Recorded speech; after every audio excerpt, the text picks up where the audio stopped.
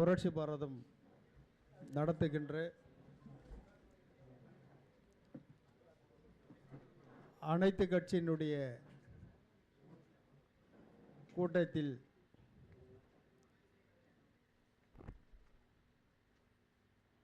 தமிழ்நாடு அரசு வழங்குகின்ற SC/ST மக்களுக்கான சிறப்பு உட்கூற திட்டத்தில் ஒதுக்குகின்ற நிதியை முழுவதுமாக ஒதுக்க கோரியும்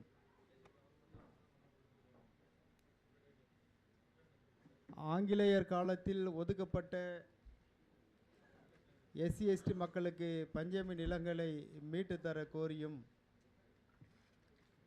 அனைத்து கட்சி தலைவர்களை அழைத்து இங்கே ஒரு ஆலோசனை கூட்டம் நடைபெற்று கொண்டிருக்கின்றது. இந்த கூட்டத்தில் முக்கிய தலைவர்கள் பங்கெடுத்திருக்கிறார்கள். குறிப்பாக பாட்டாளி மக்கள் கட்சியினுடைய தலைவர் மருத்துவர் அண்ணன் அன்புமணி அவர்களும் மற்றும் பல்வேறு கட்சியினுடைய தலைவர்கள் இங்கே ஒருங்கிணைந்து இந்த ஆலோசனை கூட்டத்தில் ஈடுபட்டு கொண்டிருக்கிறார்கள். SC/ST மக்களுக்கு ஒதுக்குகின்ற நிதியை முழுவதுமாக அவர்களுக்கே ஒதுக்க வேண்டும், வேறொரு திட்டத்திற்கு ஒதுக்கக்கூடாது. வெளியில் அவர்கள் அறிவிப்பதெல்லாம் இத்தனாயிரம் கோடிகளை இந்த மக்களுக்கு நாங்கள் ஒதுக்குகிறோம் என்று சொல்லுகிறார்கள். ஆனால் அவர்கள் ஒதுக்குகின்ற நிதி குறைந்தது ஒரு 15% தான் இந்த மக்களுக்கான செலவழிக்கப்படுகிறது. ஒரு 10% திருப்பி அனுப்பப்படுகிறது. 75% பொது திட்டங்களுக்கு செலவிடப்படுகிறது. இதை நிறுத்தி முழுவதுமாக இந்த மக்களுக்கு செலவிடப்பட வேண்டும் என்றுதான் இந்த கூட்டத்தினுடைய நோக்கமாக இருக்கின்றது. இந்த கூட்டத்தில் கட்சியினுடைய பொதுச் செயலாளர் அவர்கள் அனைத்து கட்சி தலைவர்களும் வரவேற்பார்.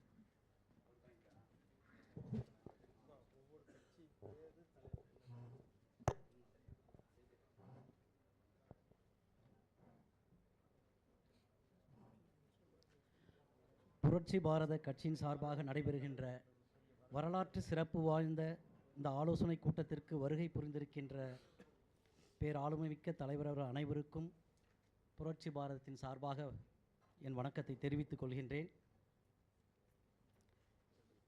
தமிழக அரசால் பட்டியலின பழங்குடியின மக்களுக்காக ஒதுக்கப்படுகின்ற நிதி பொது திட்டத்திற்கு எடுத்து செலவு செய்வதை தடுத்து நிறுத்தவும், பட்டியலின பழங்குடியின மக்களுக்காக ஒதுக்கப்படுகின்ற நிதி அந்த மக்களுடைய நலனுக்காகவும் அந்த மக்களுடைய வளர்ச்சிக்காகவும் முழுமையாக செலவு செய்ய வேண்டும் என்பதற்காகவும், ஆங்கிலேயர்களுடைய அரசால் பட்டியலின பழங்குடியின மக்களுடைய வளர்ச்சிக்காக ஒதுக்கப்பட்ட பஞ்சமி நிலங்களை மீட்டெடுக்க வேண்டும் என்பதற்காகவும் புரட்சி பாரதம் தொடர்ந்து போராடி கொண்டிருக்கின்றது.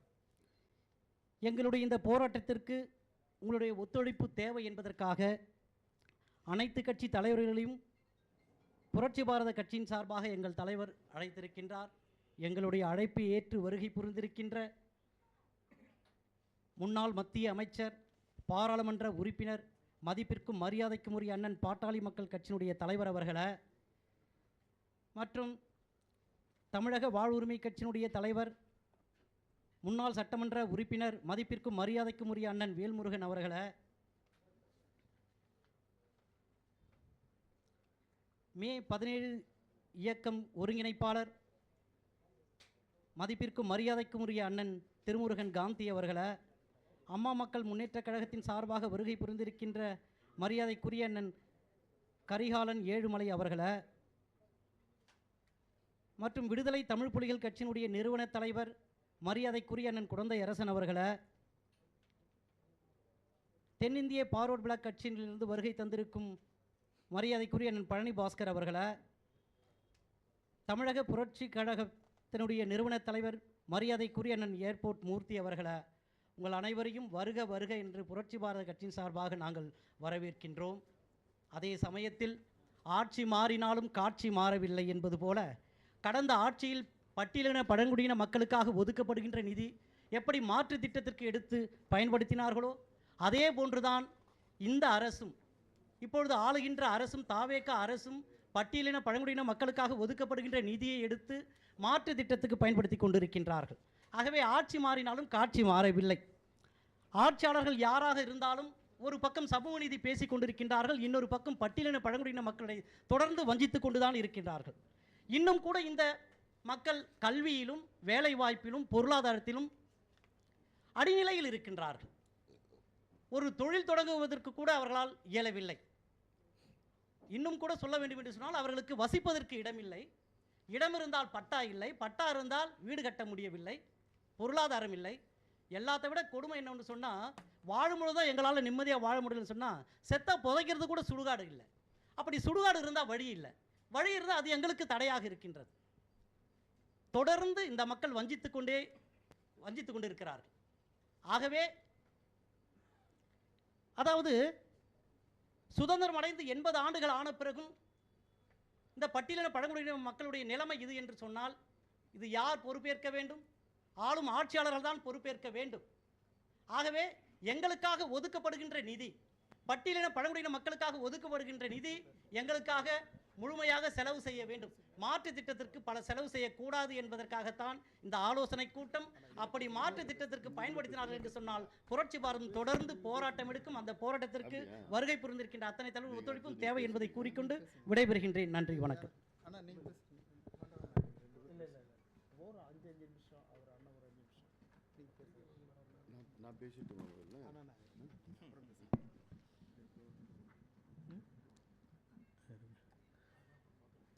அம்மா மக்கள் முன்னேற்ற கழகத்தினுடைய பொருளாளர் மரியாதைக்குரிய அண்ணன் கரிகாலன் அவர்கள் உரையாற்றுவார்.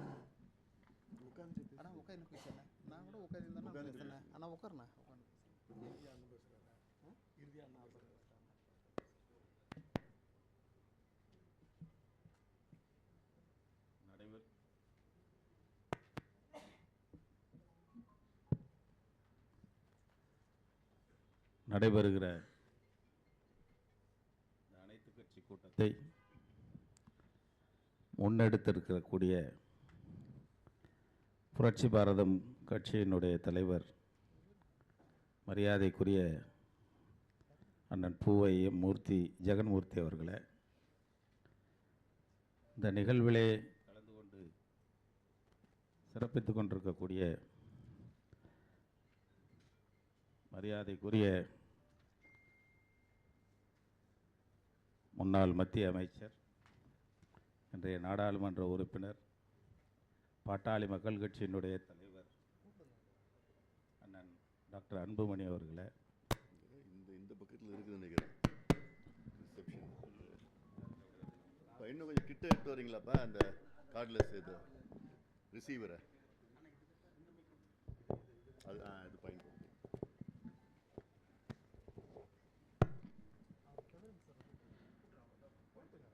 நிகழ்ச்சியிலே கலந்து கொண்டு சிறப்பித்துக் கொண்டிருக்கக்கூடிய தமிழக வாழ்வுரிமை கட்சியினுடைய தலைவர் மரியாதைக்குரிய அண்ணன் வேல்முருகன் அவர்களே, வருகை தந்து சிறப்பு சேர்த்து கொண்டிருக்கக்கூடிய திரு திருமுருகன், காந்தி மற்றும் ஏர்போர்ட் மூர்த்தி உள்ளிட்ட அனைத்து கட்சியினுடைய தலைவர்களே, பிரதிநிதிகளே, என்னோடு வருகின்றிருக்கக்கூடிய அம்மா மக்கள் முன்னேற்ற கழகத்தினுடைய மாவட்ட கழக செயலாளர் மரியாதைக்குரிய முன்னாள் சட்டமன்ற உறுப்பினர் டி.ஏ. ஏழுமலை அவர்களே, உங்கள் அத்துணை பேருக்கும் இந்த நல்ல வேளையிலே எங்களுடைய அம்மா மக்கள் முன்னேற்ற கழகத்தினுடைய பொதுச் செயலாளர் மரியாதைக்குரிய மக்கள் செல்வர் அருமையண்ணன் டிடிவி தினகரன் அவர்களுடைய சார்பிலும் எங்களுடைய அம்மா மக்கள் முன்னேற்ற கழகத்தினுடைய சார்பிலும் எங்களுடைய இதயம் கனிந்த வணக்கத்தை முதலிலே தெரிவித்துக் கொள்கிறோம். பத்திரிகையாளர் நண்பர்களுக்கும் எங்களுடைய வணக்கத்தை தெரிவித்துக் கொள்கிறோம். இன்றைக்கு வரவேற்புரையாற்றி இருக்கக்கூடிய புரட்சி பாரதம் கட்சியினுடைய பொதுச் செயலாளர் அவர்கள் குறிப்பிட்டதைப் போல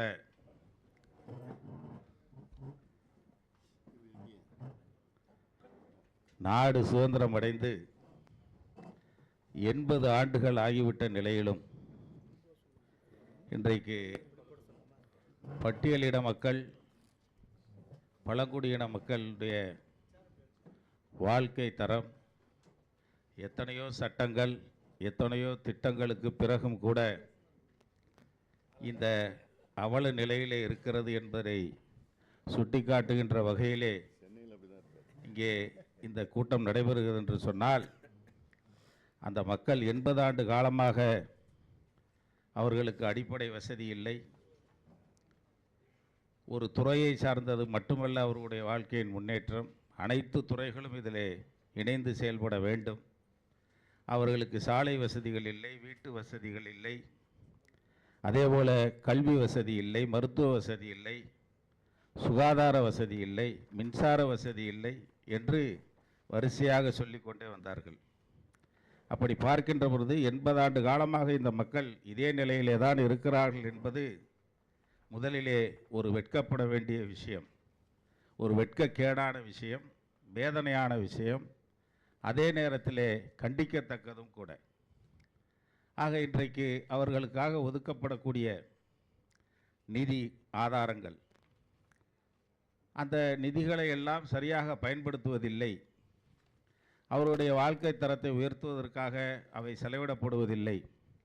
அப்படியே ஒதுக்கினாலும் அவை முழுமையாக செயல்படுத்தப்படவில்லை, திருப்பி அனுப்பப்படுகிறது அல்லது வேறு ஒரு திட்டங்களுக்கு மடைமாற்றம் செய்யப்படுகிறது என்று சொன்னால் அதை வன்மையாக இந்த கூட்டத்தின் வாயிலாக நாம் கண்டிக்க வேண்டிய நிலையில் இருக்கிறோம். இதற்கு காலகாலமாக ஆண்டு வந்த அரசுகளும் அதேபோல அந்த துறையினுடைய அதிகாரிகளும் இதிலே மெத்தனப்போக்காக இருந்ததன் காரணமாகத்தான் இப்படி ஒரு கூட்டம் நடத்த வேண்டிய ஒரு சூழல் இன்றைக்கு ஏற்பட்டிருக்கிறது. சமீபத்திலே கூட நடைபெற்று கொண்டிருக்கிற இந்த தாவேக அரசு மலைவாழ் மக்களையும் பழங்குடியின மக்களையும், குறிப்பாக மாஞ்சோலை, அதேபோல வால்பாறை, மேகமலை என்று எங்கெல்லாம் மலைவாழ் மக்கள், பழங்குடியின மக்கள் வாழ்கிறார்களோ அவர்களையெல்லாம் வெளியேற்றக்கூடிய வகையிலே செயல்படுகிறார்கள் என்பதும், அதேபோல சமீபத்தில் பள்ளிகளிலே காலை உணவு திட்டத்தை விரிவாக்கம் செய்கிறோம் என்று இந்த அரசு அறிவித்திருக்கிறது. வரவேற்கத்தக்க விஷயமாக இருந்தாலும் கூட அதற்கான நிதிக்கு பழங்குடியின மக்களின் வாழ்வாதாரத்தை உயர்த்துவதற்காக ஒதுக்கப்பட்ட நிதியிலே இருந்து 6 கோடி ரூபாய் மடைமாற்றம் செய்யப்படுகிறது என்ற அரசாணை மிகவும் வேதனைக்குரிய விஷயமாக இருக்கிறது. ஆக அந்த சூழலிலே கூட எங்களுடைய கழகத்தினுடைய பொதுச் செயலாளர் மரியாதைக்குரிய மக்கள் செல்வர் டிடிவி தினகரன் அவர்கள் அன்றே இந்த அரசை எதிர்த்து ஒரு அறிக்கையை வெளியிட்டு, இது போன்ற தவறுகள் நடக்கக்கூடாது, இந்த பட்டியலின மக்களுக்காகவும் ஒடுக்கப்பட்ட மக்களுக்காகவும் பழங்குடியின மக்களுக்காகவும் ஒதுக்கப்பட்ட இந்த நிதியினை நீங்கள் வேறு திட்டங்களுக்கு பயன்படுத்த முனைவது மிக கண்டனத்துக்குரியது என்று தனது கண்டனத்தை தெரிவித்திருக்கிறார்கள். அந்த அடிப்படையிலே இந்த கூட்டத்திலே வந்திருக்கக்கூடிய அனைத்து கட்சி நிர்வாகிகளும் தலைவர்களும் இங்கே எடுக்கக்கூடிய அத்துணை முடிவுகளுக்கும் எங்களுடைய அம்மா மக்கள் முன்னேற்றக் கழகமும் எங்களுடைய பொதுச் செயலாளர் அருமையண்ணன் டிடிவி தினகரன் அவர்களும் உறுதுணையாக இருப்போம் என்ற எங்களுடைய நிலைப்பாட்டை தெரிவித்து, இந்த கூட்டத்திலே தன்னுடைய நிலைப்பாடை எழுத்துப்பூர்வமாக எங்களுடைய பொதுச் செயலாளர் அவர்கள் தந்திருக்கிறார்கள். அந்த கடிதத்தையும் நமது புரட்சி பாரத தலைவர் அண்ணன் ஜெகன்மூர்த்தி அவர்களிடம் வழங்கி தந்த வாய்ப்பிற்கு நன்றி கூறி நிறைவு செய்கிறேன். நன்றி, வணக்கம்.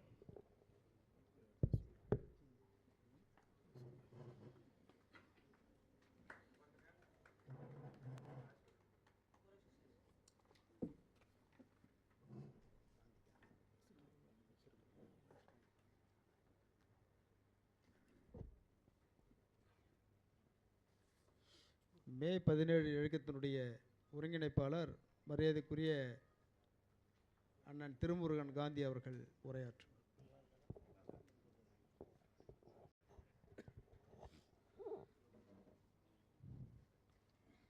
பட்டியலின பழங்குடி மக்களுக்கான சிறப்பு உட்கூறு பிரிவினை நீண்ட காலமாக நடைமுறைப்படுத்தாத காரணத்தினால் அதற்கென்று ஒரு நிழல் நிதிநிலை அறிக்கையை மரியாதைக்குரிய தோழர் புரட்சி பாரதம் கட்சியினுடைய தலைவர் தோழர் ஜெகன் முத்தியார் அவர்கள் இங்கே நம்மிடத்தில் வழங்கியிருக்கிறார்கள். இந்த வரலாற்று சிறப்புமிக்க இந்த கலந்தாய்விலே பங்கெடுத்திருக்கக்கூடிய மேனாள் ஒன்றிய அமைச்சர் மரியாதைக்குரிய தோழர் பாட்டாளி மக்கள் கட்சியினுடைய தலைவர் மருத்துவர் அன்புமணி ராமதாஸ் அவர்களுக்கும், தமிழக வாழ்வுரிமை கட்சியினுடைய தலைவர் மேனாள் சட்டமன்ற உறுப்பினர் மரியாதைக்குரிய தோழர் வேல்முருகன் அவர்களுக்கும், மற்றும் அம்மா மக்கள் முன்னேற்ற கழகத்தினுடைய மரியாதைக்குரிய தோழர் கரிகாலன் ஐயா அவர்களுக்கும், மற்றும் தோழர் விடுதலை தமிழ் புலிகள் கட்சியினுடைய தலைவர் குடந்தை அரசன் அவர்களுக்கும், தோழர் ஏர்போர்ட் மூர்த்தி அவர்களுக்கும், இங்கே பங்கெடுத்திருக்கக்கூடிய அனைத்து ஆளுமைகளுக்கும் நான் சார்ந்திருக்கக்கூடிய மேற்பதன இயக்கத்தின் சார்பாக வணக்கங்களை தெரிவித்துக் கொள்கின்றேன். இந்த சிறப்பு உட்கூறு திட்டத்தை பற்றி தோழர் தொடர்ச்சியாக சட்டமன்றத்தில் பேசி வந்திருக்கிறார். அவரது ஒவ்வொரு உரையும் நான் கேட்டிருக்கின்றேன். அது அறிக்கையாகவும் நாங்கள் எங்கள் தோழர்களிடத்தில் வெளியிட்டிருக்கின்றோம். எங்களது அறிக்கைகளாக எங்களது இயக்கத்தின் சார்பாகவே அதை ஆதரித்து வெளியிட்டிருக்கிறோம். மிக முக்கியமான ஒரு கவனத்திற்குரிய ஒரு பகுதியினை தமிழ்நாடு சட்டசபையிலே தொடர்ச்சியாக வலியுறுத்தி வந்திருக்கக்கூடிய தோழர் ஜெகன்மூர்த்தியார் அவர்கள். ஏன்னா இது பட்டியலின மக்களுக்கு உரிய ஒரு பொருளாதார சமூக வளர்ச்சிக்கு ஒரு அரசு உரிய கவனத்தை கொடுக்கவில்லை என்றால் தமிழ்நாட்டினுடைய பொருளாதார வளர்ச்சி என்பதை தடைபட்டு போகும். இன்றைக்கு நிதிநிலை அறிக்கையில் இந்த நிழல் நிதிநிலை அறிக்கை பல்வேறு அம்சங்களை கவனத்தில் எடுத்துக்கொண்டு அவர் சமர்ப்பித்திருக்கிறாங்க. மிக முக்கியமாக கவனப்படுத்த வேண்டிய பல்வேறு பகுதிகள் இதில் இருக்கிறது. நான் ஒன்றை மட்டும் குறிப்பிட விரும்புகின்றேன். என்னன்னா 13வது பக்கத்தில் கொடுக்கப்பட்டிருக்கக்கூடிய அந்த அண்ணல் அம்பேத்கர் தொழில் முனைவோர் திட்டத்திற்கு 170 கோடி ரூபாய் ஒதுக்கி இருக்கிறார்கள். 170 கோடி ரூபாய் கடந்த காலத்தில் ஒதுக்கி இருக்கிறார்கள். அந்த 170 கோடி ரூபாயை வைத்துக்கொண்டு ஒரு தொழில் முனைவோரை நாம் வளர்த்து எடுப்பது என்பது சாத்தியமில்லை என்பதை அவர் சுட்டிக்காட்டியிருக்கிறார். மிக முக்கியமான கருத்து. ஏனென்றால் ஒரு பொருளாதார வளர்ச்சி இருந்தால் மட்டும்தான் அவர்கள் சுயமரியாதையோடு இந்த சமூகத்தில் வாழ்வதற்கான சாத்தியப்பாடு இருக்கும். அந்த 170 கோடி ரூபாயை 1000 கோடி ரூபாயாக உயர்த்தி அதற்கான ஒரு மதிப்பீட்டு தொகையை தோழர் ஜெகன்மூர்த்தியார் அவர்கள் முன்வைத்திருக்கிறார்கள். இது மிக முக்கியமாக கவனத்தில் எடுக்கக்கூடிய ஒன்றாக நான் பார்க்கின்றேன். இதே போல கல்விக்கு, உயர்கல்வி குறித்து பல்வேறு கவனத்தில் கொண்டு வரக்கூடிய விஷயங்கள் எடுத்துட்டோம்னா, உதாரணமாக எடுத்துட்டோம்னா, முதல் தலைமுறை பட்டதாரிகள் பட்டியலினத்தில் இருக்கக்கூடியவங்களுடைய கல்வி கட்டணத்தை திருப்பி கொடுத்தல் என்பதே அதுக்கென்று ஒரு 6.25 கோடி ரூபாய் ஒதுக்கியிருக்கிறாங்க. இந்த முதல் தலைமுறை பட்டதாரிகள் என்பது அவர்கள் அவருடைய கல்வி கடன் சுமை என்பது அவர்கள் மீண்டெழுவது என்பது சாத்தியமில்லாத நிலையில் இருக்கிறது. அதனால தான் அவர்கள் பல்வேறு அன்றாட கூலிகளை சார்ந்த வேலைகளுக்கு செல்வது அல்லது இந்த கிக் எக்கானமின்னு சொல்லக்கூடிய இடத்துக்கு போகிறாங்க. இதையெல்லாம் கவனத்தில் எடுத்து இந்த நிழல் நிதி அறிக்கை முன்வைக்கப்பட்டிருப்பது என்பது கவனத்திற்குரியது, வரவேற்புக்குரியது. இதே போல பல்வேறு அம்சங்கள் குறித்தான ஆய்வுகளை கொடுப்பதற்கான முழு தகுதியும் தோழர்களுக்கு இருக்கிறது என்பதை நான் சமயத்தில் தெரிவித்துக் கொள்கிறேன். ஏனென்றால் இது குறித்த நீண்ட காலமாக போராட்ட காலத்தில் இருக்கக்கூடியவர்கள் சமூக வாழ்வியல், பொருளியல் வாழ்வியல், கல்வி வளர்ச்சி அவை அனைத்தையுமே கவனத்தில் எடுத்துக்கொண்ட ஒரு அறிக்கையாக இந்த அறிக்கை வந்திருக்கிறது. கடந்த காலத்தில் திமுக அரசு இதை கவனத்தில் எடுத்துக்கொள்ளவில்லை. அந்த சமயத்தில் இதற்கான ஊடக சந்திப்புகள் வைத்து சொல்லப்பட்ட பொழுதும், சட்டமன்றத்தில் தோழர் எழுப்பிய பொழுதும் அதற்கான விடை எதுவும் கிடைக்கவில்லை. அதற்கு முன்பும் இதே நிலைதான் இருந்தது. இப்பொழுது ஒரு நிதி நிழல் அறிக்கையாக வெளியில் வைக்கப்பட்டிருப்பது என்பது அனைத்து கட்சிகளுக்கும் இது குறித்தான ஒரு பார்வையை கொடுக்கிறது, ஒரு இன்சைட்டை கொடுத்துருக்குன்னு சொல்லலாம். அந்த வகையில் இந்த அறிக்கையை நாங்கள் முழு மனதோடு வரவேற்கிறோம், ஆதரிக்கின்றோம். உடனடியாக தாவேக அரசு, ஆட்சியில் கூடிய தாவேக அரசு இந்த நிழல் நிதிநிலை அறிக்கையை கவனத்தில் எடுத்துக்கொண்டு அதை வருகின்ற இந்த நடந்து கொண்டிருக்கக்கூடிய சட்டமன்ற கூட்டத்தொடரிலே அதற்குரிய திருத்தங்களை மேற்கொள்ள வேண்டும் என்று சொல்லி. ஏனென்றால் திருத்தம் என்று சொல்லணும்னா, ஏற்கனவே அங்கே ஒரு நிதிநிலை அறிக்கையை முன்வைக்கிறாங்க, அதில் இதெல்லாம் கவனம் எடுக்கப்படுவதில்லை. இது அரசு உயர் அதிகாரிகளும் இதே போன்ற ஒரு பொறுப்பற்ற நிலையிலே பட்டியல் சமூக மக்களுக்கான எதிரான நிலையிலே இருப்பதையும் நாம் பார்த்து வருகிறோம். ஆகவே அவற்றையெல்லாம் போக்குகின்ற வகையிலே இந்த திட்டம் முன்வைக்கப்பட்டிருக்கிறது. இதற்கு ஆதரவு அளித்திருக்கக்கூடிய அனைத்து ஆளுமைகளுக்கும் மேற்பதன இயக்கத்தின் சார்பாக நாங்கள் நன்றிகளையும் இச்சமயத்தில் தெரிவித்து நிறைவு செய்கிறேன். நன்றி.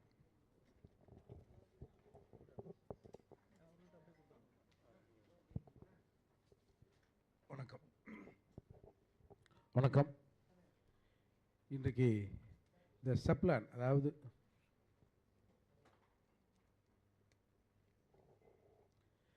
எஸ்சி மக்களுக்காக செலவு செய்கிற ஒதுக்குற நிதியை ஒழுங்காக செலவு செய்யணும் அப்படின்னு ஒரு ஆலோசனை கூட்டம். இந்த கூட்டத்தில் ஏன் பிஎம்கே வருது, பாட்டாளி மக்கள் கட்சி, வன்னியர் சங்கம் ஏன் வருது அப்படிங்கிறது தான் அதில் ஒரு அரசியல். நீங்கள் ஏன் இந்த சப்ளான்லாம் வந்தது? 1965 இந்திரா காந்தி அம்மையார் இருந்தபோது ஒரு கமிட்டி போடுறாங்க இந்தியா முழுக்க. இளைய பெருமாள் தலைமையில் அவர் வந்து நம்ம தமிழக காங்கிரஸ் கமிட்டி தலைவராக இருந்தார். அப்போ 65லேருந்து 69 வரைக்கும் அவங்க ஒரு ஆய்வு பண்ணி ஒரு 25 பரிந்துரைகளை கொடுக்குறாங்க. அதில் ஒன்று தான் இந்த சப்ளான். இது ஏன் சப்ளான், இவங்களுக்கு ஏன் சிறப்பாக ஒரு கவனம் செலுத்தணும் அப்படின்னு சொன்னால் அதுக்கு விளக்கமாக அவங்க சொல்கிறாங்க. இந்த சமூகத்தில் ஒரு இன்பேலன்ஸ் இருக்குது. ஒரு பகுதி மக்கள் மேலேயும் ஒரு பகுதி மக்கள் கீழேயும் இருந்தால் இந்த இன்பேலன்ஸ் சமூகத்தில் எப்பயுமே ஒரு இன்செக்யூர் நிலையை உண்டு பண்ணும், எப்பயுமே சண்டையும் சச்சரவாக இருக்கும். அதால் இந்த இன்பேலன்ஸை சரி பண்ண கீழே இருக்கிறவங்கள கொஞ்சம் தூக்கி விட்டோம்னா அது சரிசமமாக ஆகிடும், சமூகத்தில் குழப்பம் வராதுன்றதுக்காக இது உருவாக்கப்பட்டது. அப்போது இப்போ இங்கே பெரும்பான்மையாக யார் குழப்பத்தில் இருக்கிறோம்? பறையர்களும் வன்னியர்களும் தான் இருக்கிறோம். ஏன்னா இதுதான் இங்கே அரசியலாகவும் பேசப்படுகிறது, பண்ணப்படுகிறது. இந்த ரெண்டு சமூகம் ஒன்றா இருக்கக்கூடாதுன்னு. அப்போது இப்போ இந்த டோட்டலாக சமூகத்தில் ஒரு சமநிலை வரணும்னா கீழே இருக்கிற எஸ்சி மக்கள் கொஞ்சம் மேலே வந்து நிற்கணுன்றதுக்காக தான் இன்றைக்கு வந்து அனைத்து கட்சி சமூக தலைவர்களும், குறிப்பாக அண்ணன் அன்புமணி அவர்கள்லாம், வேல்முருகன் அவர்கள்லாம் இதில் கலந்துன்னு இருக்கிறாங்க. இப்போது இந்த நிதியெல்லாம் எப்படி செலவு செய்யப்படுது அப்படின்னா, கடந்த காலங்களில்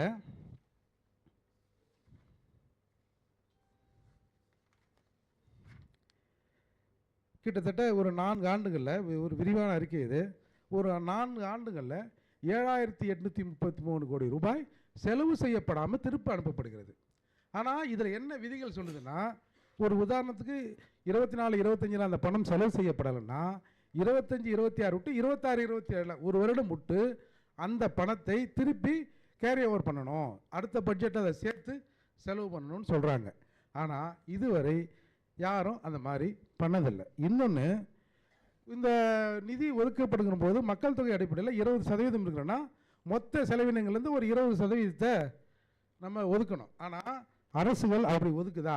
இப்போ அப்படி ஒதுக்கியிருக்காங்களான்னா ஒவ்வொரு திட்டத்திலையும் ஒரு 30%, 29% அப்படி ஒதுக்குறாங்க. அப்படின்னா 20% மக்களுக்கு ஒரு 33% பணத்தை கொடுத்தா மிச்ச பணம் அவருக்கு போய் சேருமா சேராதா? அது அரசு தானே இருக்கும். அதே தவறைத்தான் இந்த தேவாக்க அரசும் செய்யுது. இப்போ இந்த அரசு ஒன்று, இப்போ முக்கியமாக இப்போ அண்மையில் நடந்து கொண்டு இருக்கிற ஒரு பிரச்சனை, இந்த அயலக படிக்கின்ற மாணவர்களுக்கு நாங்கள் வந்து ரொம்ப பணத்தெல்லாம் ஒதுக்கிட்டோம் அப்படின்னு ஒரு 65 கோடி முதல்ல ஒதுக்குனாங்க பட்ஜெட்டில். அதுக்கப்புறம் அது பிரச்சனையான உடனே 131 கோடி ரூபாய் இப்போ ஒதுக்கிறதா சொல்கிறாங்க. இதில் 362 ஸ்டூடெண்ட் வந்து செலக்ட் ஆகியிருக்காங்க. நீங்கள் இப்போது ஒரு நம்ம வெளிநாடுகளில், யூரோப் போன்ற இடங்களில், இல்லை இங்கிலாந்து போன்ற இடங்களில் ஒரு வருடத்திற்கான கல்வித்தொகை கட்டணமே அங்கே வந்து 50 லட்சம் 60 லட்சம் இருக்குது. இப்போ இதில் நீங்கள் கொடுக்குற அந்த 31 லட்சம் எந்த மூலைக்கு போகிறோம், இல்லை 36 லட்சம் எந்த மூலைக்கு போகிறோம்? அப்போது பல மாநிலங்களில் முதல்ல என்ன பண்ணுறான், 1 கோடி ரூபாய் தராங்க.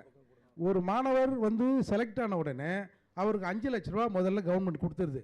நீ வந்து விசா வேலையை பாரு, ஃப்ளைட்டுக்கு டிக்கெட்டுக்கு இருக்கிற வேலையை பாருன்னு கொடுத்து பண்ணுறாங்க. ஆனால் தமிழகத்தில் இவங்க ஒரு 36 லட்சம்னு ஃபிக்ஸ் பண்ணி வச்சுருக்காங்க. அப்போது 36 லட்சம் போக ஒரு வருடத்திற்கு குறைஞ்சது அங்கே ஒரு 60-70 லட்ச ரூபா செலவாகுன்ற நிலையில் அரசு இந்த திட்டத்தை உயர்த்தணும். இப்போ நீங்கள் மகாராஷ்டிராவிலையும் கர்நாடகாவிலையும் 90 லட்ச ரூபா தராங்க வருடத்திற்கு. மகாராஷ்டிராவில் 1 கோடி ரூபா தராங்க.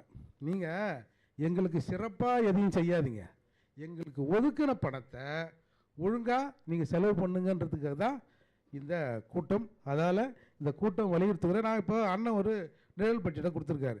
ஏற்கனவே பாமக பொதுவாக ஒரு நிழல் பட்ஜெட்டை கொடுக்கும், உடனே அதை கிண்டல் பண்ணுவோம், இவங்க அரசாங்கம் இவங்க ஒரு நிழல் பட்ஜெட் தராங்கன்னு. இப்போ நாங்கள் அதை ஏன் கொடுக்குறோம்? மற்ற மாநிலங்களில் இருக்கிறது உங்கள் கண்ணுக்கு தெரியல. மற்ற மாநிலங்களில் இந்த மக்கள் நலனுக்காக என்னென்ன செய்கிறார்களோ அதை செய்யுங்க அப்படின்னு ஒரு பட்ஜெட் தராங்க இல்லையா? அதே போல் ஒரு முறை நாங்கள் வெளியிட்டோம், இப்போ அண்ணன் இந்த தடவை வெளியிட்டிருக்காருல. இப்போ இதை அரசாங்கம் இதை வாங்கி கொஞ்சம் பார்க்கணும். இப்போ எங்களுக்கான டிமாண்ட் தானே, இப்போ எங்களுக்கான டிமாண்டை எங்களை விட உங்களுக்கு எப்படி நல்லா தெரியும்? அப்போது இந்த நிலைநிலை அறிக்கை அரசு பரிசீலனை பண்ணணும். ஏன்னா இந்த மாதிரி ஒரு பட்ஜெட் இருக்கான்னு கூட நம்ம முதல்வருக்கு தெரியுமான்றது சந்தேகம்தான். இங்கே இருக்கிற அதிகாரிகள் அதை அவர்கிட்ட வலியுறுத்தி இந்த மாடல் பட்ஜெட்டை பார்த்து இதில் இருக்கிற திட்டங்களை வந்து கொஞ்சம் கொடுக்கணும். ஏன்னா இப்போ ஏற்கனவே அயலகத்திலேருந்து ஒரு மாணவர் வந்து நீங்கள் பார்த்துருப்பீங்க, சோஷியல் மீடியாவில் அதிகமாக வந்திருக்கு. நான் வந்து பணம் கட்டாமல் கிட்டத்தட்ட 2 மாதங்களாக நான் வந்து இருக்கிறேன், என் சாப்பாட்டுக்கு கூட வழி இல்லை அப்படின்னு அந்த மாணவர் வந்து சோஷியல் மீடியாவில் சொல்லியிருந்தார். இதெல்லாம் அரசாங்கத்தோட கவனத்துக்கு போகுதா இல்லையான்னு தெரியல. ஏன்னா இவங்க 100 நாள் ஆட்சியை வந்து நாங்கள் 100 வருஷம் ஆட்சி அப்படி இப்படிலாம் சொல்கிறாங்களே தவிர இன்றைக்கு அயலக மாணவர்கள் படுகின்ற கஷ்டங்களை அதிகாரிகள் அமைச்சர்களுக்கோ இல்லை முதலமைச்சருக்கோ சொல்லி இதில் உள்ள சிக்கல்களை தீர்க்கணும். முதல்ல அடிப்படையில் அண்ணன் ஜெகன்மூர்த்தியார் வந்து இந்த வரைந்து தந்திருக்கிற இந்த அறிக்கையை கொஞ்சம் தயவு செஞ்சு அரசு படித்து பாருங்கள். படித்து பார்த்து இதில் உள்ள நல்ல திட்டங்களை நீங்கள் நிச்சயமாக அமுல்படுத்தணும்னு இந்த கூட்டத்தின் சார்பாக கேட்டுக்கொள்கிறேன். நன்றி, வணக்கம்.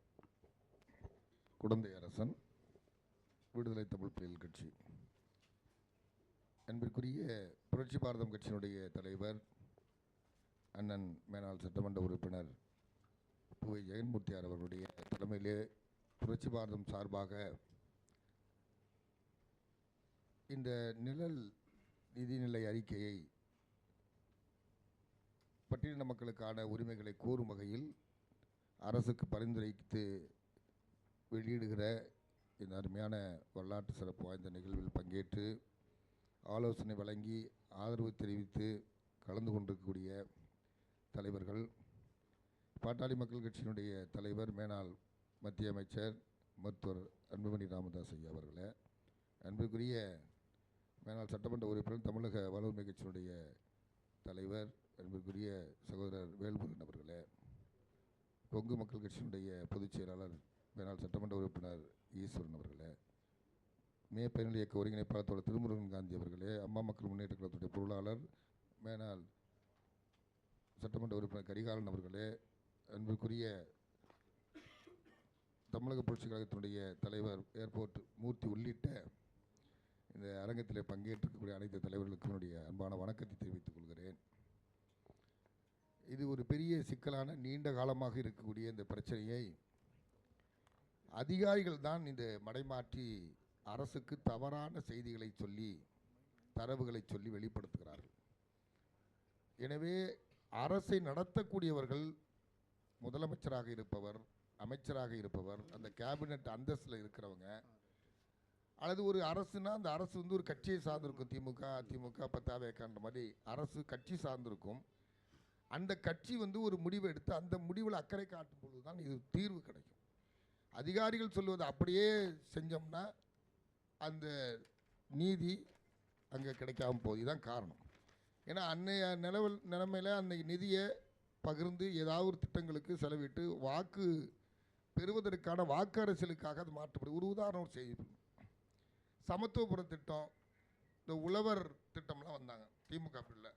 முன்னாள் மேலாள முதலமைச்சர் திருமிகு கருணாநிதி அவருடைய, கலைஞர் கருணாநிதி அவருடைய தலைமையிலான ஆட்சியில் அப்படி உருவாக்கப்பட்ட திட்டங்கள் எல்லாருக்குமான திட்டம் தான் அது. ஆனால் நிதி வந்து பட்டியலின சமூகத்துக்காக ஒதுக்கப்பட்ட ஆயுர்வேத நலத்துறையிலேருந்து எடுத்து கொடுத்தாங்க. உழவர் சந்தைக்கான நிதி இங்கே கேட்டால் உழவராக இருக்கிற விவசாயியாக இருக்கிறவனை அவனும் பட்டியல் சமூகத்தில் இருக்க அதுக்காக செய்கிறேன்னு சொல்லி, ஆனால் திட்டத்தில் பயனாளியாக ஒரு சதவீதம் கூட இல்லாத ஒருவருக்கு மொத்த திட்டத்தையும் இந்த நிதியிலேருந்து எடுத்து மடைமாற்றுகிற தன்மை இருந்துச்சு. ஒரு உதாரணம் சொல்லணும்னா, மேனாள் முதலமைச்சர் அம்மையார் ஜெயலலிதா அவர்கள் மகாமக அந்த திருவிழாவுக்கு வந்தப்போ அதையெல்லாம் ஒழுங்குபடுத்துகிறாங்க, அந்த கரையை செழுமைப்படுத்துகிறாங்க. அப்போ அந்த நிதி எங்கேருந்து வந்து பார்த்தீங்கன்னா ஆயுர்வேத நலத்துலேருந்து எடுத்து நிதியை செஞ்சாங்க. இதெல்லாம் இப்போ ஆயுர்வேத நலத்துறையிலேருந்து எடுத்தது பண்ணல, அறநிலையத்துறையிலேருந்து எடுத்ததில்ல செய்யணும் அப்படின்னு கேட்டால், இந்த வழியாக ஆயுர்வேத சமூகத்தை சேர்ந்த நடந்து போகிறாங்கல்ல, அதனால தான் இதை செய்கிறோன்னு பதில் சொன்னாங்க. இப்படி தான் இருக்குது. எனவே இப்போ ஆந்திராவில் தெலுங்கானாவில் பார்த்தீங்கன்னா தலித் பந்து என்கிற அந்த ஒரு திட்டம் இருக்குது, சிறப்பு உட்கூறு திட்டம். துணை பட்ஜெட் ஒன்று விவசாயத்துறைக்கு போடுற மாதிரி சமுதாயத்தில் ஒரு சமத்துவத்தை உருவாக்கக்கூடிய ஏற்றத்தாழ்வற்ற சமூகம். ஏன்னா வளர்ச்சின்றது எப்போ வரும்? இந்தியாவுக்கான வளர்ச்சி, தமிழ்நாட்டுக்கான வளர்ச்சி எப்போ வரும்? சமூக சமத்துவம் வருகிற போது தான் வளர்ச்சி வரும். இப்போ வளர்ச்சியை ஒரு அரசு எதிர்பார்க்குதுன்னு சொன்னால் அப்போ சமத்துவம் இல்லாமல் கிடைக்காது. அதனால தான் அந்த சமூக நீதி என்கிற கோட்பாடு. எனவே அந்த சமூக நீதி கோட்பாட்டை சிதைக்கிற வகையில் தான் இந்த திட்டங்கள் தொடர்ந்து மடைமாற்றப்படுகின்றன. இப்போ தோழர் சொன்ன மாதிரி நான் அது குறிப்பிட்டு நினைத்து அவர் குறிப்பிட்டார். அதனால் தொடர்ந்து நிதி திரும்ப அனுப்பப்படுகிறது. திண்டுக்கலை சேர்ந்த தம்பி பேர் இனிக்கோன்னு நினைக்கிறேன். கிட்டத்தட்ட ஒரு 5 வருஷமாக மெனக்கிறாப்புல. பல்வேறு வகையில் வெளிநாடு போகிறதுக்கு முடியவே இல்லை படிப்புக்கு. பல்வேறு யூனிவர்சிட்டியிலேருந்து இதே மாதிரி இந்த தொகை பத்தலை. இப்போ வெஸ்டர்ன் கண்ட்ரிக்கு படிக்க போகணும்னு வச்சிங்களேன், கையிருப்பு எவ்வளோ தொகை இருக்கும்போது தான் நீங்கள் பாஸ்போர்ட்டில் இதே அடிப்பான். பணமே இல்லாதவன் எப்படி இது பண்ண முடியும்? சொட்டு நீர் பாசனம், இன்னும் வெவ்வேறு திட்டங்கள் அறிவிக்கப்படுது. ஆனால் நிலமே இல்லாத தலித் மக்களுக்கு நிலம் 3 செட்டு நிலம் கேட்டுக்கிட்டு இன்றைக்கி உட்காந்துருக்கோம். அப்போ நிலமே இல்லாத ஒருவருக்கு விவசாய திட்டமோ பிற திட்டமோ எப்படி பொருந்தும்? எனவே இதை அரசு எடுத்துக்கொள்ள வேண்டும். இந்த துணைநிலை பட்ஜெட்டை உருவாக்கணும், செயல்படுத்தணுன்றதை இளைய பெருமாள் கமிஷன் உட்பட பல வகையில் அரசு முன்வைக்கப்பட்டிருக்கிறது. எனவே அப்படி முன்வைக்கப்பட்டிருக்கிற திட்டங்களை நான் தாவேக்காவை ஆதரிக்கிற ஒரு கட்சியாக இருக்கிறேன். பொதுவாக திமுக, அதிமுக இந்த மாதிரி கூட்டங்களில் ஆளுங்கட்சியில் இருக்கவங்க பங்கேற்க மாட்டாங்க. இது சமுதாய பிரச்சனை. அதுவும் அண்ணன் ஜெயன்மூர்த்தியார் அவர் எடுக்கிறாங்கன்னா சமுதாயத்துக்கு, மக்களுக்கு மூர்த்தியார் அண்ணன் காலத்துலேருந்து எடுக்கிறதுனால அவருடைய சட்டமன்ற உரைகளில் இந்த மக்களுக்காக பேசினது உண்மையான பட்டியலின சமூகத்துக்காக உழைக்கிற ஒரு சட்டமன்ற உறுப்பினராக கடந்த காலத்தில் பதிவு செய்யப்பட்டிருக்கிற மக்களுக்காக கேள்வி கேட்டு அரசிடமிருந்து பல விஷயங்களை பெற்றுக் கொடுத்துருக்காருன்னா அது அவருடைய பேச்சில் இருக்கக்கூடிய அறிக்கைகளை தொகுக்கப்பட்ட புத்தகத்திலிருந்து நான் பார்த்து தெரிஞ்சுக்கிட்டேன். எனவே இந்த நிதி அறிக்கை என்பது அரசுக்கு வழிகாட்டக்கூடிய ஒரு சமூக சமத்துவத்தை உருவாக்கி அதன் வழியாக ஏற்றத்தாழ்வற்ற தமிழ்நாடு உண்மையான வளர்ச்சி பாதையில் போகணும்னா அப்படிப்பட்ட சூழல் தான் வரணும். அதுக்கு இதுவரைக்கும் நாங்கள் மட்டும்தான் போராடி இருந்தோம். இல்லை இதுதான் சமூக நீதி, இதுதான் சரியானது என்று சொல்வதற்காக இந்த அரங்கத்தில் பங்கேற்றிருக்கக்கூடிய மருத்துவர் அன்புமணியாக இருக்கட்டும், தோழர் வேல்முருகனாக இருக்கட்டும், அதுக்கூட தோழர் ஈஸ்வரனாக இருக்கட்டும், இப்படி எல்லோரும் பங்கேற்று அவங்களும் ஒத்த கருத்தோடு சொல்லுகிற போது இந்த நியாயத்தை உணர்ந்து இந்த நீதியை நிறைவேற்றி தருவதற்கு இந்த அரசு முன்வர வேண்டும் என்று இந்த அரசுக்கு மெத்த பணிவன்போடு இந்த அரசை ஆதரித்தவன் என்கிற அடிப்படையில் இந்த வேண்டுகோளை இந்த அரங்கத்தின் வழியாக புரட்சி பாரத்தினுடைய நிலநிலை அறிக்கையை பரிசீலனை செய்து உரிய நடவடிக்கை எடுக்க வேண்டும். முதல்வரை சந்தித்து முறையிடுவதற்கு நேரம் கேட்டு அதை பெற்று முறையிட வேண்டும் என்கிற கோரிக்கையும் இதன் மூலமாக வைத்து முடிக்கிறேன். நன்றி, வணக்கம்.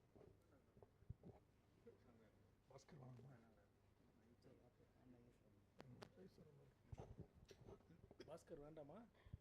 இல்லை ஆதரவு தெரிவிக்கிறேன்னு சொல்லிடுங்க. ஒரு வார்த்தை மைக் கொடுங்க, பதிவு பண்ணட்டும். தென்னிந்திய ஃபார்வர்ட்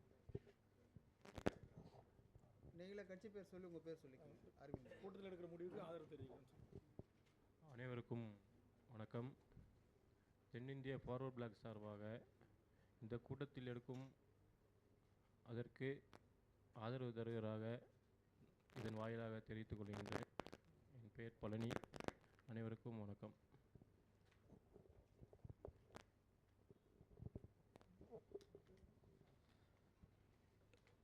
புரட்சி பாரதம் கட்சியினுடைய தலைவர் அன்பு சகோதரர் பூவை ஜெகன்மூர்த்தி அவர்கள் அழைப்பை ஏற்று இந்த கூட்டத்தில் கலந்து கொண்டிருக்கிற அனைத்து கட்சிகளுடைய தலைவர்களுக்கும் என் வணக்கத்தை தெரிவித்துக் கொள்கிறேன்.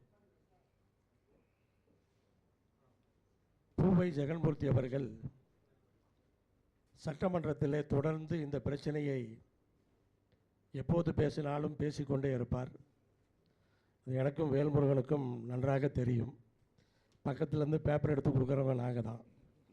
அவர் பேசும்போது ஒவ்வொரு பேப்பராக எடுத்து கையில் கொடுத்தது நாங்கள் தான். அதனால் விடாமல் பேசிக்கிட்டே இருப்பார். இப்போ ஒரு ஆக்கப்பூர்வமாக அந்த விஷயத்திற்காக எல்லா கட்சி தலைவர்களையும் அழைத்து ஒரு சிறப்பான காரியம் ஆகக்கூடிய ஒரு கூட்டத்தை போட்டிருக்கிறார். இந்த கூட்டம் என்பது அனுமானத்தின் அடிப்படையில் போடப்பட்ட கூட்டம் அல்ல. இப்படி பண்ணிடுவாங்க, இப்படி செஞ்சுருவாங்க அப்படின்னு போடப்பட்ட கூட்டம் அல்ல. தரவுகளின் அடிப்படையில் ஒவ்வொரு ஆண்டும் பட்டியலின முன்னேற்றத்திற்கென்று ஒதுக்கப்படுகிற அந்த நிதியை சரியாக பயன்படுத்தாமல் கடைசியில் திருப்பி தருவது, வேறு துறைகளுக்கு மாற்றுவது இது தொடர்ந்து நடந்து கொண்டே இருக்கிறது. எல்லா கட்சிகளுக்கும் எல்லோரும் ஒப்புக்கொள்ளக்கூடிய விஷயம்தான் இது.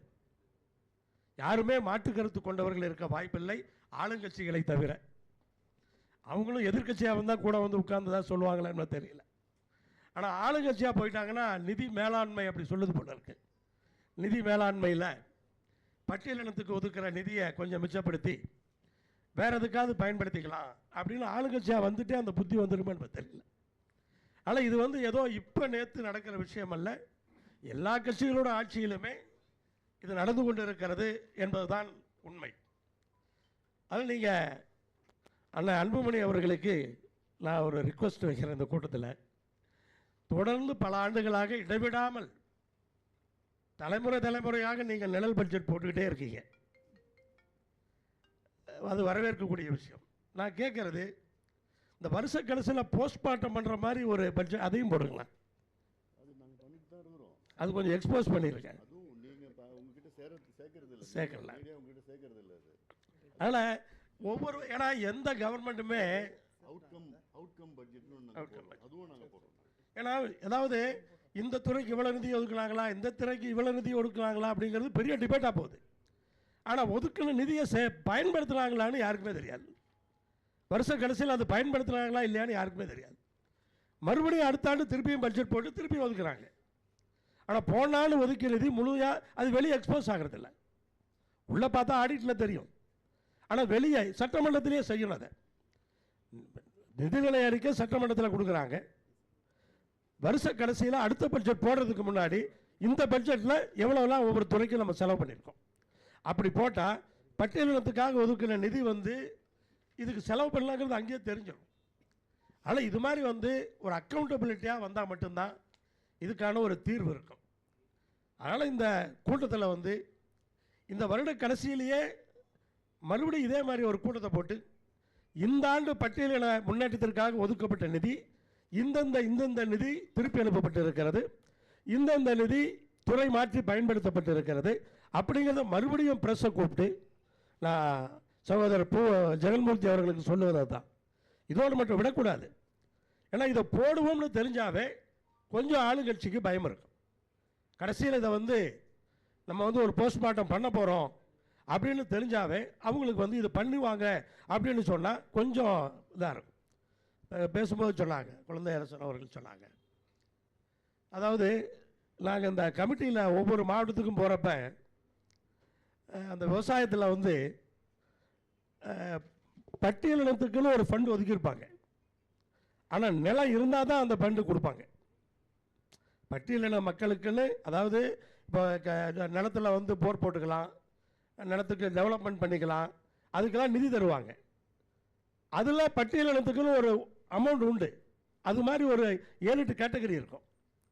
7-8 கேட்டகரியில் அதில் பார்த்தீங்கன்னு சொன்னால் அந்த கலெக்டர் எழுதி வச்சுருப்பார், பட்டியலினத்தில் நிலம் உள்ளவர்கள் இல்லை, அந்த ஃபண்டு பயன்படாது. எல்லா மாவட்டத்துலையும் பார்த்துருக்கோம். அப்போ இது ஓப்பனாகவே இதை வந்து அது மாதிரி பண்ண இல்லை, அது வேறு விதத்தில் கொடுக்கலாம் இல்லை, சரி இது இல்லைன்னே தெரியுது, அப்போ அந்த உதவியை வேறு விதத்தில் தரலாமே போட்டிருக்கீங்க. அதான் இதை நாங்கள் ஒவ்வொரு மாவட்டத்திலையும் பார்த்தோம். அது அதனால் இது வந்து கண்டிப்பாக ஒரு முன்னெடுக்கக்கூடிய ஒரு விஷயம். ஏன்னா பட்டியலின மக்கள் முன்னேறினா தான் மொத்தமாக தமிழ்நாடு முன்னேறினதாக அர்த்தம். தமிழ்நாடு முன்னேறிச்சுன்னா பட்டியலின மக்கள் முன்னேறாமல் தமிழ்நாடு எங்கே முன்னேறிச்சு? வேறு அதை பண்ணிட்டோம் இதை பண்ணிட்டோங்கிறது முக்கியம் இல்லை. எல்லா மக்களும் இன்க்ளூசிவாக எல்லாரும் முன்னேறது மட்டும்தான் முன்னேற்றம். அதனால் வந்து கண்டிப்பாக இது வந்து நமக்கு வந்து ஒரு அரசியல் கூட்டமே அல்ல, ஒரு அரசியல் நோக்கத்தோடு போடப்படுகிற கூட்டமும் அல்ல. அடித்தட்டு மக்கள், இன்றைக்கு அடிநிலையில் இருக்கிற மக்கள் முன்னேற வேண்டும் என்று சொன்னால் இப்படிப்பட்ட முன்னெடுப்புகளை நாம் எடுத்துத்தான் ஆக வேண்டும். ஒன்று மட்டும் பாருங்கள், இந்த பிடபிள்யூடி ஹைவேஸ்லாம் இருக்குல்ல, ஒரு பைசா விட மாட்டாங்க. இந்த வருஷம் பட்ஜெட் கொடுக்குறாங்கல்ல, ஒரு பிடபிள்யூடி ஹைவேஸு ரூரலு அது மாதிரி விஷயங்களில் நீங்கள் மார்ச் கடைசியில் பார்த்தீங்கன்னா அதில் ஒரு பைசா இல்லாமல் செலவு பண்ணிடுவாங்க, விட மாட்டாங்க, அந்த துறைக்கே செலவு பண்ணுவாங்க. ஏன் பட்டியலின மக்களுக்காக ஒதுக்கப்பட்ட நிதியில் அந்த எண்ணம் வரமாட்டேங்குது? இதுதான் கேள்வி. ஆனால் கண்டிப்பாக இந்த கூட்டம்ங்கிறது இதை இந்த வருஷமாவது இது மாதிரி பிரச்சனைகள் இல்லாமல் இது நடப்பதற்கான ஒரு வாய்ப்பாக அமையுங்கிற அந்த நம்பிக்கை இருக்குது. அதே போல் மீண்டும் அண்ணன் அன்புமணி அவர்களுக்கு சொல்லுவதெல்லாம் இதெல்லாம் பாராளுமன்றத்தில் கூட கேட்கலாம்லண்ணா, கேட்டிருக்கீங்களா? இன்னும் அழுத்தம் கொடுத்துருங்க. ஏன்னா நிதி அங்கே தானே திரும்பி போகுது. அங்கே எடுத்து வைங்க. நான் எங்கள் எம்பி, நாமக்கல் எம்பி, எங்கள் எம்பி நான் நாடாளுமன்றத்தில் பேச சொல்கிறேன். திருப்பி அங்கேயும் ஒரு ஹைலைட் பண்ணுவோமே, தமிழ்நாட்டுக்கு வரக்கூடிய நிதி யூஸ் பண்ணாமல் இந்த டேட்டாவோட இப்போ திரும்பி வருது அப்படிங்கிற டேட்டா அங்கேயும் பாராளுமன்றத்திலையும் கொடுப்போமே. ஆனால் இந்த விஷயத்தை எங்களுடைய பொள்ளாச்சி சட்டமன்ற உறுப்பினர் வாயிலாக சட்டமன்றத்திலும் பேசுகிறோம், பாராளுமன்றத்திலும் பேசுகிறோம். இந்த வகையில் அண்ணன் அன்புமணி அவர்களோடு நாங்கள் உறுதுணையாக அதை செயல்படுத்துவோம் என்று இந்த நேரத்திலே சொல்லி, கண்டிப்பாக இந்த கூட்டம் ஒரு ஆக்கப்பூர்வமான கூட்டம், பட்டியலின மக்களுடைய ஒரு முன்னேற்றத்திற்காக இது பயன்படும் என்ற அந்த நம்பிக்கையோடு நிறைவு செய்கிறேன். நன்றி, வணக்கம்.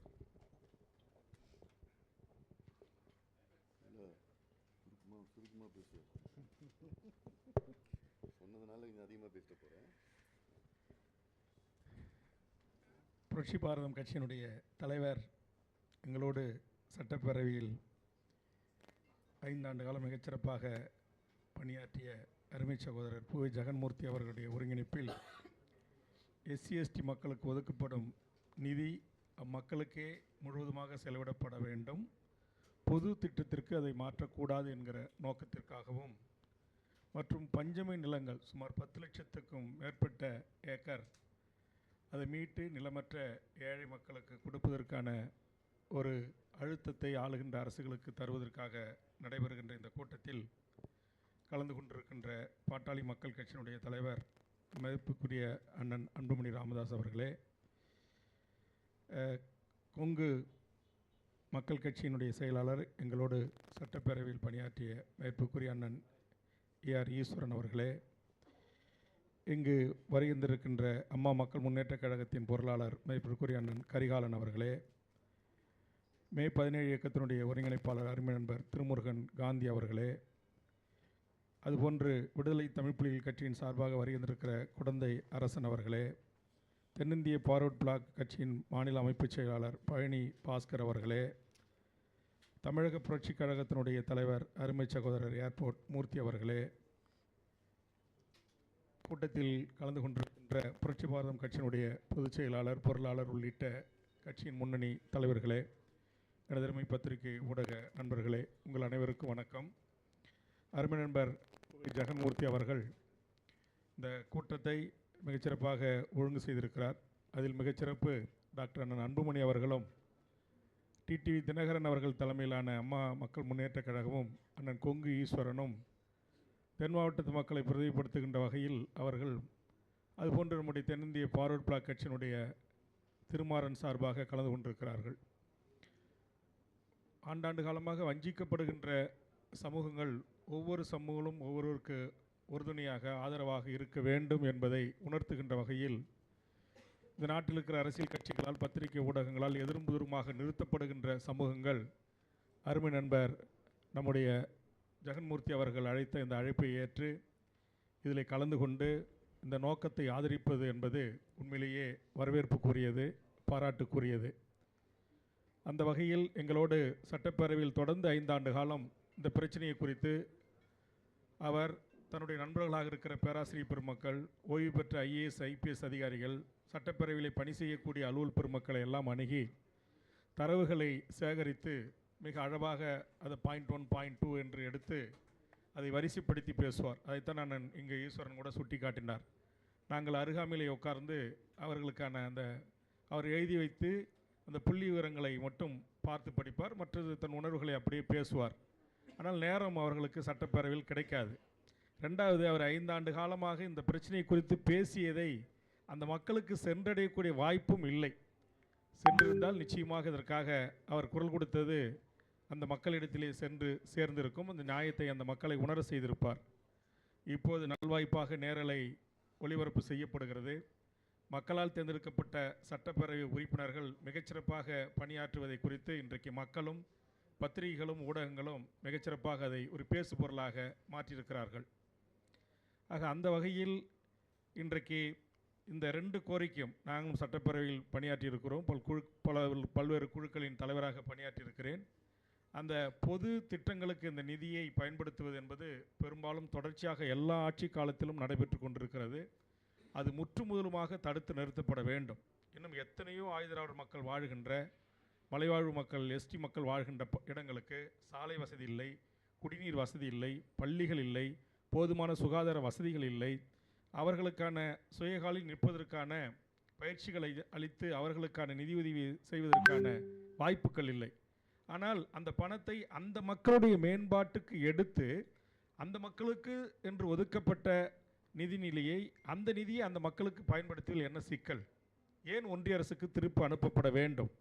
ஏன் அது பொது திட்டங்களுக்கு அதை நீங்கள் மடைமாற்றம் செய்கிறீர்கள் என்கிற இந்த கேள்வி ஆழமாக மாண்புமிகு உறுப்பினர் அவர்களால் அங்கு கேட்கப்பட்டிருக்கிறது. ஆனால் அரசுகள் எவ்வளவுதான் பேசினாலும், சட்டமன்ற பதிவேடுகளில் பதிவாகினாலும் கூட அது தொடர்கதியாக இருந்து வருகிறது. இன்னமும் பல்வேறு கிராமங்களில் மக்களுக்கு பட்டா இல்லை, நல்ல வீடு இல்லை, குடிக்க தண்ணி இல்லை, ஆயுதிராவிட விடுதிகள், மாணவர் விடுதிகள் எவ்வளவு மோசமான நிலையில் இருக்கிறது என்பதையெல்லாம் நாம் இப்போதும் பார்க்கிறோம். ஏன் அந்த மீதி நிதியை அந்த ஒரு ஆயுதிராவிட ஒரு டிஸ்ட்ரிக்டில் ஒரு 10 ஹாஸ்டல் இருக்குது, 10 ஹாஸ்டலில் ஒரு 8 ஹாஸ்டல் மோசமாக இருக்குன்னா அந்த நிதியை டைவெர்ட் பண்ணி அந்த ஹாஸ்டலை செப்பனிடுவதற்கு, அவர்களுக்கு தேவையான அடிப்படை வசதிகளை செய்து தருவதற்கு ஏன் அரசுக்கு முன் வருவதில்லை? அது அதிமுக அரசாக இருக்கலாம், திமுக அரசாக இருக்கலாம், இப்போ வந்திருக்கிற தாவேக அரசாக இருக்கலாம். அதை வரவைக்க வேண்டும் என்பதற்காகத்தான் இங்கு இந்த கூட்டம் கூட்டப்பட்டிருக்கிறது. ஆக இந்த கூட்டத்தில் இந்த தலைவர்கள் எல்லாம் பங்கெடுத்தது சிறப்புக்குரியது. அதேமாரி பஞ்சமி நிலம், மாண்புமிகு உறுப்பினர் அவர்களுக்கும் நம்ம ஈஸ்வரனுக்கு தெரியும், 80,000 ஏக்கர் இந்த எஸ்சி எஸ்டி மக்களுக்கு சொந்தமானது நீலகிரி மாவட்டத்தில். எங்கேயோ இருந்து வேற ஒரு அதர் ஸ்டேட்டை சேர்ந்த ஒரு ஃபைனான்சர்கள் நம்ம மக்கள்கிட்ட அதை அரசுக்கிட்ட குத்தகை வாங்கி அதை தான் பேருக்கு பட்டா மாற்றிருக்கான். தொடர்ந்து சட்டமன்றத்தில் அதற்காக நான் போராடி இருக்கேன், வலியுறுத்தியிருக்கிறேன். கடந்த 2 வாரம் ஜூனியர் விடலில் இந்த பஞ்சமி நிலங்களை குறித்து என்னுடைய பேட்டி 2-3 பக்கம் வந்திருக்கு. ஆனால் அரசு அதை குறித்து கிஞ்சித்தும் கவலைப்படவே இல்லை. அதை ஆய்வு பண்ணுகின்ற போது இப்போ அதேமாதிரி இப்போ நம்முடைய மேகமலையில் மக்களை காலிப்பாட்ட செய்ய சொல்கிறாங்க. அதேமாதிரி நம்முடைய ஏற்கனவே நம்முடைய மாஞ்சோலை அங்கே சில 100 ஏக்கர்களை மீட்டாங்க கடந்த கால ஆட்சியில். ஆக இது எல்லாம் மீட்டு அந்த மக்களுக்கு கொடுக்கின்ற போதுதான் உண்மையாக அந்த மக்களுக்கான நலத்திட்டங்கள் பயன்கள் சென்றடையும். அதை செய்ய வைப்பதற்கான ஒரு முயற்சியை புரட்சி பாரதம் கட்சி இங்கு மேற்கொண்டிருக்கிறது. இதற்கு நான் சொன்னது போல எங்களை எல்லாம் எதிர்முதிருமாக நிறுத்திய நம்முடைய ஏர்போர்ட் மூர்த்தி குழந்தை அரசெல்லாம் பேசுகின்ற போது குறிப்பிட்டது போல் எதிர்முதிருமாக நிறுத்திய தமிழ்நாட்டுடைய பெருத்த தமிழ்ச்சமூகங்களுடைய பிரதிநிதிகள் இங்கு வருகின்றிருக்கிறார்கள். இப்போ அங்கே கொங்கு அப்படின்னாலே அங்கே கொங்கு கால கவுண்டர்களுக்கும் அல்லது தாழ்த்தப்பட்ட மக்களுக்கும் அருந்ததி மக்களுக்கான ஒரு மோதல் நிலை இருந்து இன்றைக்கி அந்த மக்களுடைய பிரச்சனை குறித்து சட்டமன்றத்திலே அண்ணன் ஈஸ்வரன் அவர்கள் பேசுகிறார். டாக்டர் அன்புமணி அவர்கள் இன்றைக்கி நாடாளுமன்றத்திலும் தமிழக சட்டமன்றத்திலும் அவருடைய நிதிநிலை அறிக்கையிலும் அதை வெளிக்கொண்டு வந்திருக்கிறார். அதுபோன்று இன்றைக்கி நம்முடைய டிடிவி தினகரன் போன்றவர்கள், நம்முடைய திருமாறன் போன்றவர்கள், இந்த புரிதல் இந்த தமிழ் சமூகங்களுக்கு ஏற்பட வேண்டும் என்பதுதான் என்னுடைய பெரிய விருப்பம். இதுபோன்று இதுமாதிரி இப்போ கூட இன்றைக்கி சென்சஸ் எடுத்திருக்காங்க அண்ணன் அன்புமணி அவருடைய கவனத்திற்கு. அது இந்தியில் அதனுடைய ஆப்ஸ்ட்ராக்ட் வெளியிட்டிருக்காங்க. அதில் எம்பிசி மக்களுக்கான, அதை ஓபிசி மக்களுக்கான புள்ளி விவரங்களை குறித்து அந்த ஓபிசி என்பது இடம்பெறவில்லை. அதை உங்கள் கவனத்திற்கு பல்வேறு ஓபிசி மக்களுக்காக போராடுகின்ற அகில இந்திய அளவில் பணியாற்றக்கூடியவர்களெல்லாம் என்னுடைய கவனத்திற்கு கொண்டு வந்தார்கள்.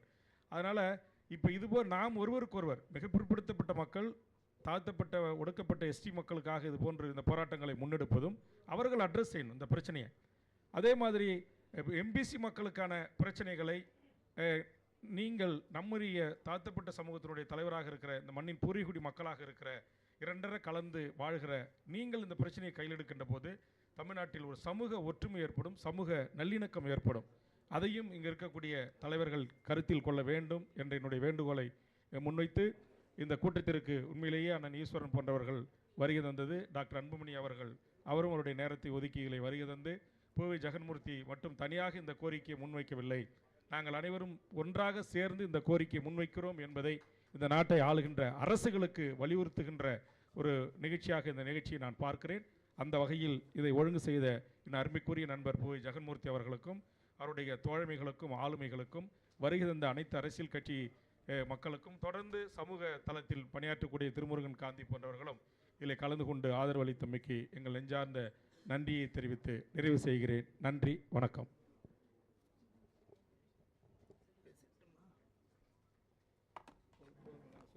முடிச்சுட்டுப்பா, இல்லை இன்னும் 1.5 மணி நேரம் பேசிட்டு. ஆமாம்,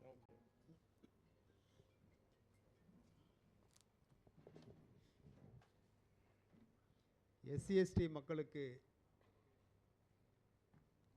சிறப்பு உட்கூறு திட்டம் 1979ஆம் ஆண்டு திட்ட குழுவின் பரிந்துரையின் பெயரில் சிறப்பு உட்கூறு திட்டத்தை செயல்படுத்த மாநிலங்களில் பட்டியலின பழங்குடியின மக்கள் தொகையை விகிதத்திற்கு ஏற்ப ஒதுக்கி செயல்படுத்த வேண்டும் என்று கூறியதன் பேரில் தமிழ்நாட்டில் 2007ஆம் ஆண்டு முதல் இத்திட்டத்தின் நிதி மக்கள் தொகை ஏற்ப ஒதுக்கப்பட்டு வருவது குறிப்பிடத்தக்கதாகும்.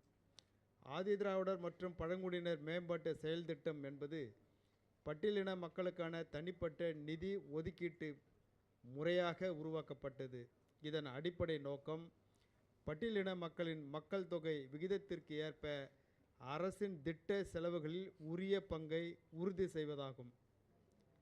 ஆதிதிராவிடர் மற்றும் பழங்குடியினருக்கான மேம்பாட்டு செயல் திட்டத்தின் முக்கிய கொள்கைகள் ஆதிதிராவிட மக்களுக்கு தனித்த நிதி ஒதுக்கீடு, வேறு துறைகளுக்கு நிதி மாற்றம் செய்யக்கூடாது, நேரடி பயனாளி அடிப்படையிலான திட்டங்கள், ஆண்டுதோறும் கண்காணிப்பு மற்றும் மதிப்பீடு, வெளிப்படைத்தன்மை மற்றும் பொதுமக்கள் பார்வைக்கு தரவுகள் வெளியிடுதல்.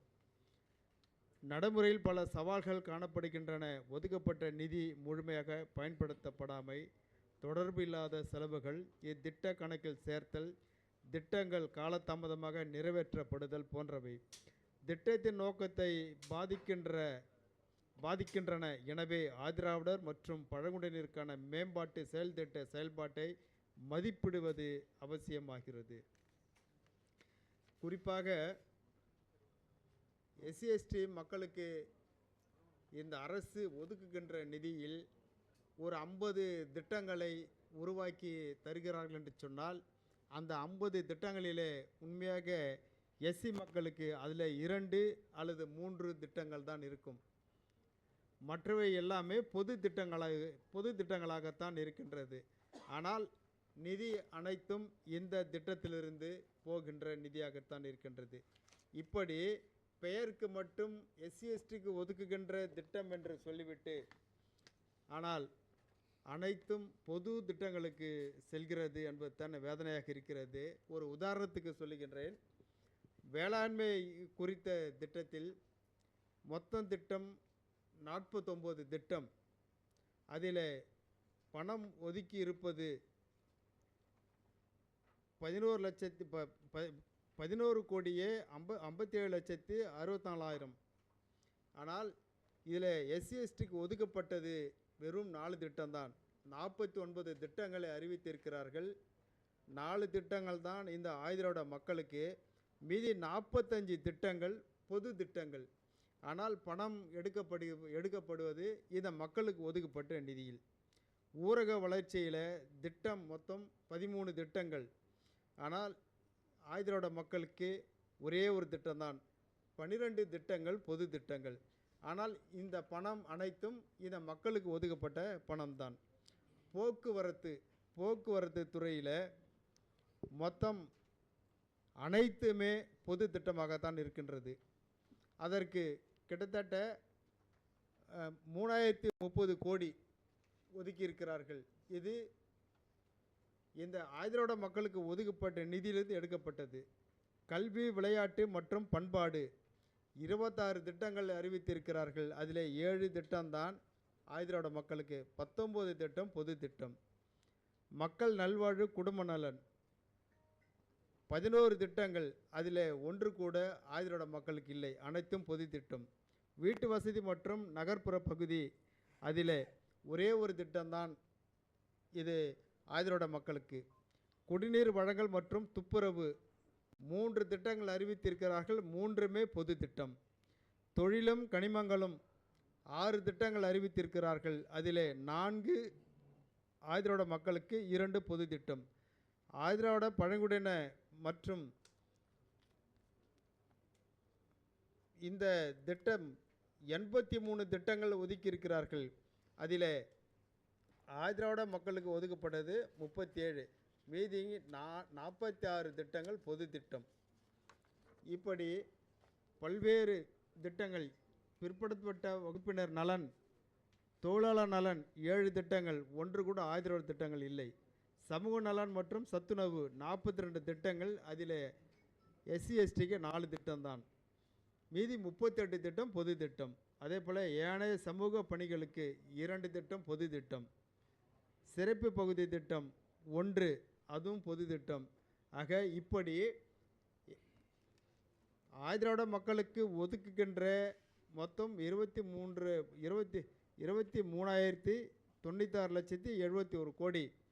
இதில் ஒட்டுமொத்தமாக கிட்டத்தட்ட 10% மட்டும்தான் இந்த மக்களுக்கு பயன்படுத்தப்படுகிறது. 90%, 80% பொது திட்டத்திற்கு செலவழிக்கிறார்கள். 10% திருப்பி அனுப்பி விடுகிறார்கள். இப்படி வெளியில் பேசுகின்ற போது சொல்லுகின்ற போது அரசாங்கம் இந்த மக்களுக்கு இவ்வளவு பணத்தை நாங்கள் ஒதுக்குகிறோம் என்று சொல்லுகிறார்கள். ஆனால் காலகாலமாக அரசாங்கம் ஒதுக்கின்ற ஒட்டுமொத்த நிதியும் செலவழிக்கப்பட்டால் ஏன் இந்த மக்கள் இன்னும் கூட கல்வி அறிவு இல்லாமல், பொருளாதார வசதி இல்லாமல் இன்னும் பின்தங்கி, அவர்கள் வசிக்கின்ற பகுதியில் மின்சாரம் கூட இல்லாமல் இன்னும் குடிசை பகுதியில் வாழ்ந்து கொண்டு இருக்கிறார்கள் என்று சொன்னால், அடுத்த வேளை சாப்பாட்டிற்கு கூட வழி இல்லாமல் இருக்கிறார்கள் என்று சொன்னால் அரசாங்கம் என்ன செய்து கொண்டிருக்கிறது? இவர்கள் ஒழுங்காக அரசு ஒதுக்குகின்ற நிதியை முறையாக செலவிடப்பட்டால் இந்த மக்களுடைய வாழ்க்கை தரம் கொஞ்சமாவது மேலே வந்திருக்கும்.